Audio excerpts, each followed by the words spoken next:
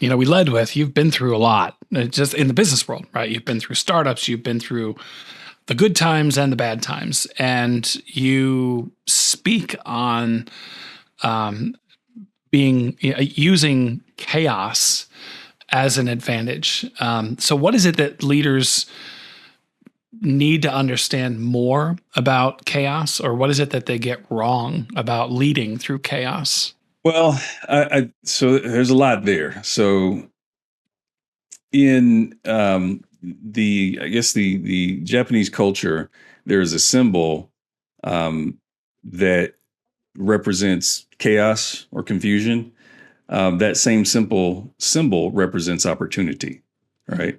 And so for any uncertain times, it goes back to the activating that skill of confidence, to be able to keep your head when others are losing theirs, to see the opportunities that will emerge in that chaos.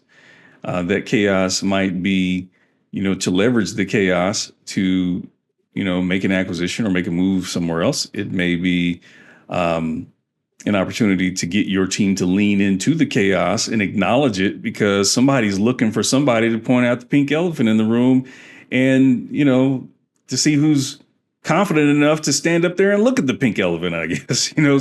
So there's always opportunity in chaotic times, in things that happen. And that is the real opportunity to step in and steal market share, to step in and forge an emerging strategy, per se. So when things get tough and get chaotic, we've always got to be thinking, this is the time to make a move. This is the time to look for those opportunities that can reposition our organization in a way that we can improve our positioning in our product category. We can become leaders while everybody else is trying to hold on, and be, innovative and take a risk to go out there to improve how the market sees us, or how our organization stands up in these tough times. Yeah. I think about what comes to mind is Zoom, the software Zoom, that, right, when the pandemic happened and such chaos and everybody was immediately sent to their corner for a 3 count, or, like everybody was sent home, and look at where Zoom is, from then to now, capitalizing on the opportunity in the midst of the chaos. It's an obvious example, but to your point, there are others for sure.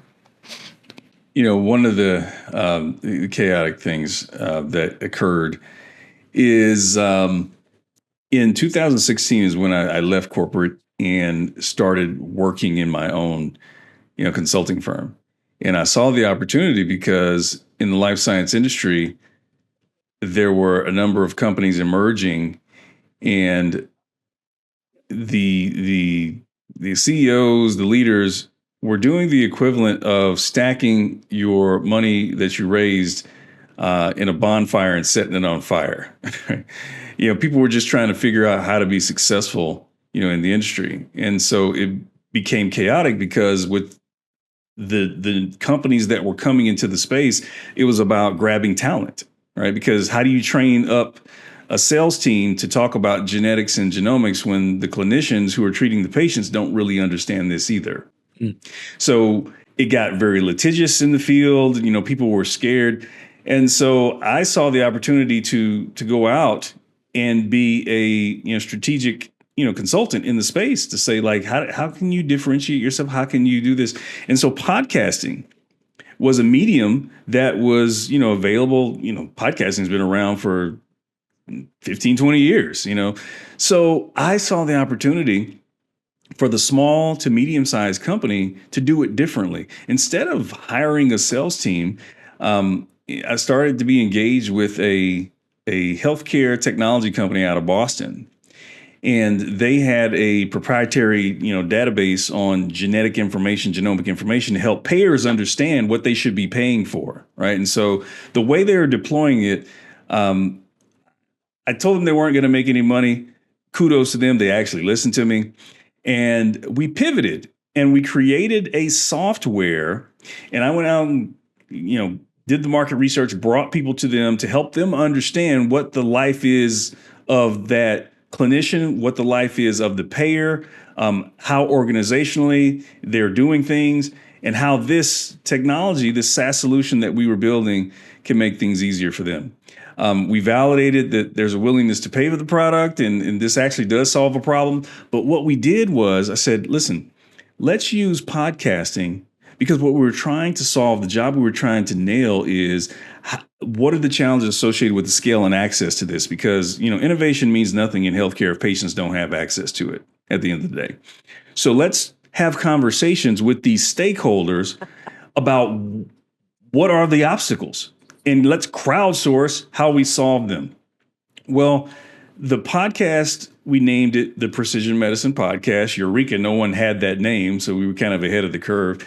And what ended up happening is we titled, the podcast, the product name. So it was the Precision Medicine Podcast by Trapello.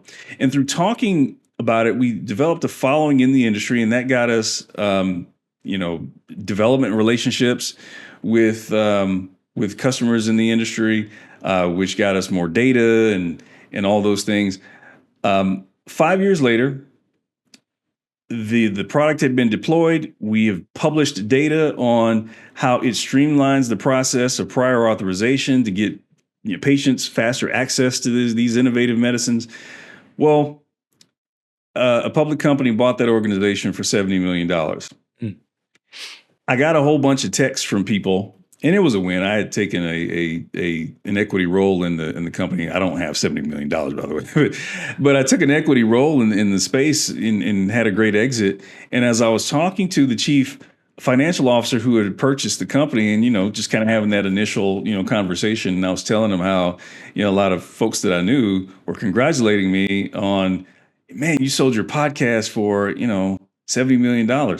And in full disclosure, that company stood up the podcast. They own the rights to it. But the way that I was thinking, I was like, it's kind of funny. These people think that you bought my podcast for $70 million. And the guy laughs and he goes, we did.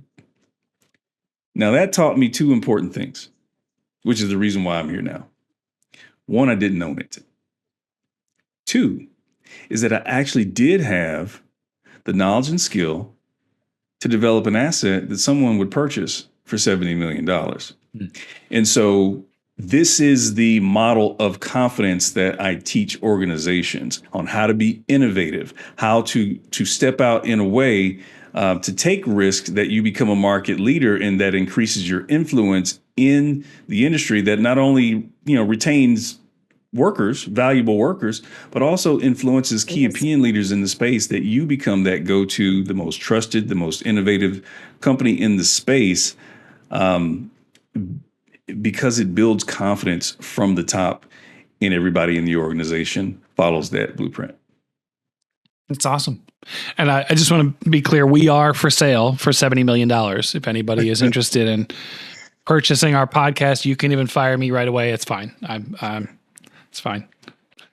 All right. Just looking at our clock, looking at where we are in the conversation, it probably feels like a good time to get practical, right? This is the segment of every show. Gosh, all but one show we have done this at the end of every episode. It's our let's get practical.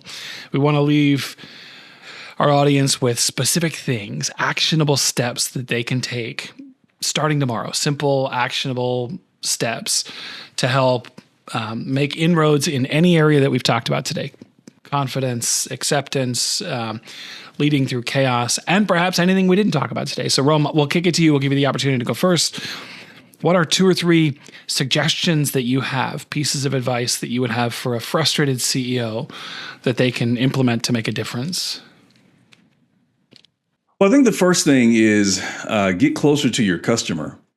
And as we talked about, that not only includes knowing what causes your customer to buy your product or solution over someone else's. What caused them to buy your product or solution, but what would cause them to buy it over something else that's out there? So that's get closer to your customer. And that also, as we called out, means your internal customers. Just because of the organizational structure and um, the difference in responsibilities in the organization, there's a big distance between that visionary leader of the organization and everyone else. Uh, but you can't allow that distance to stay there.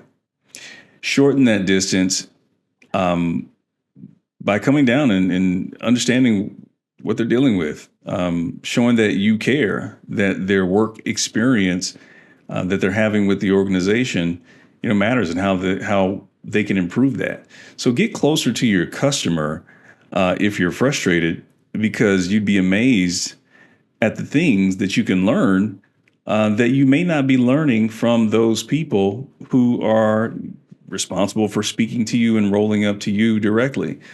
So shorten that distance between you and your customer. I think by doing that, you will understand that causative factor that causes people to buy. And even in an internal sense, that causative factor that causes your people to stay with your organization. And that is understanding Clayton Christensen, the very notable Harvard professor. He wrote The Innovator's Dilemma. He calls it understanding the job that needs to be done. And the great analogy that he talks about is, Disneyland. When Walt Disney created Disneyland, people thought it was just like, hey, this is just a great place for kids. Well, the reason why Disneyland was so successful, because coming out of World War One, World War Two, we created the middle class, and these folks had families. They are now college graduates. They're homeowners. They had more disposable income. Well, the job that needed to be done, Walt Disney thought, was how to make those parents feel like kids again. And so they created Disneyland as a way to immerse them in the cartoons, the cartoon movies that, they watched growing up. And that was the job that needed to be done. And as a result, they brought their kids to experience the same feeling that they did as kids. And that's why that became so successful as a concept. So it really is understanding and nailing the job that needs to be done for your customer. Why? What is it that they're really trying to solve? What is it that they really want to accomplish by buying your product or your solution, or by working for your organization when they might have an opportunity to go elsewhere? So understanding, by getting closer to your customers, internal and external, you'll understand that job that needs to be done. And then, the third thing is, especially for leaders and CEOs, when you're stuck, get a coach. And this is not, one of those duh moments, but think about it like this. It doesn't matter what sport you think about. Anybody who's considered the best in the world at what they do had a coach. They've got a coach. That's exactly right. Whether you're a Michael Jordan is the greatest, or LeBron James is the greatest. Guess what? Yep. Their entire lives, they've had a coach. That's right. It is the coach's responsibility to help get you unstuck. And so if you are frustrated, get a coach, because it's that coach that helps you develop the skill and the insight to work on those deficiencies that you may have and help you improve. Well, I would, Well said. those first 5 or 10 minutes, but look Yeah, at the 100% building agree. blocks of confidence. Patsy, what would you add? The first building block being self-acceptance and all its various components. The second being self-competence, and then being a strategic leader. So those are the building blocks. Go ahead. And on with that, Patsy, it is the coach that can really, let's face it, for people who are in those roles where everyone looks to them, it can be very challenging to take a stance of humility, because we just get so many darts and arrows, fiery darts and arrows thrown at us. Like you can't stay humble. You got to fortify yourself somehow.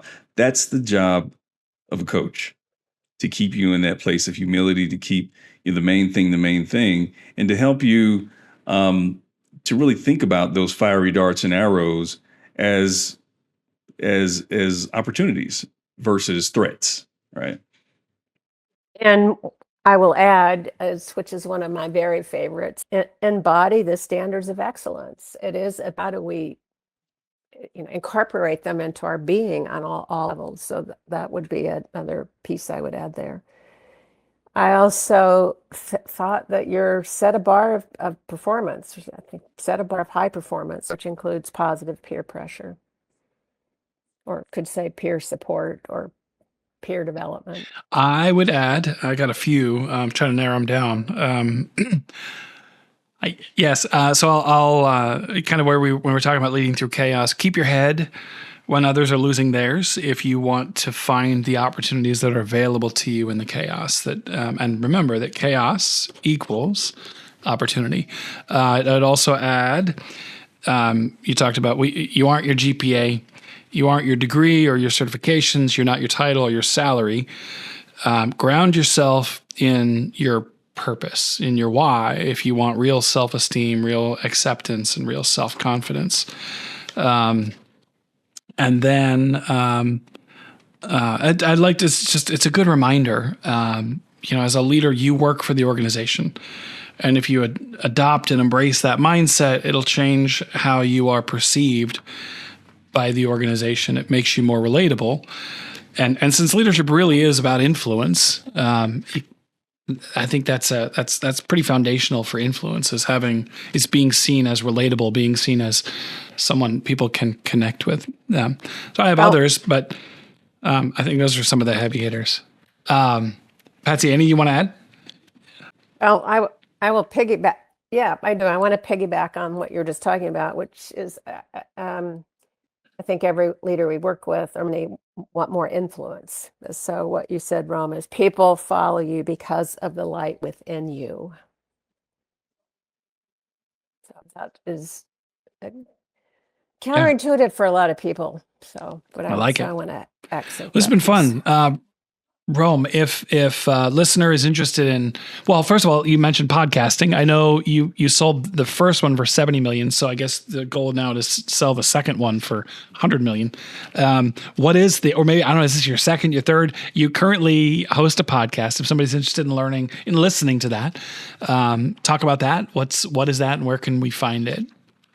So the podcast is called, and it's my second podcast, and this is, it's called Genetics for Healthcare. It's a podcast for patients. And so in the world of genetics and genomics, again, I've been in this field for over 2 decades, and we have grown to a point to where this is the most innovative industry in medicine. You hear about gene editing, you hear about targeted therapies, genetic testing, and these genetic and genomic insights allow us to not just practice, we're very good at sick care, not really healthcare. We're really good at sick care, like waiting until something happens.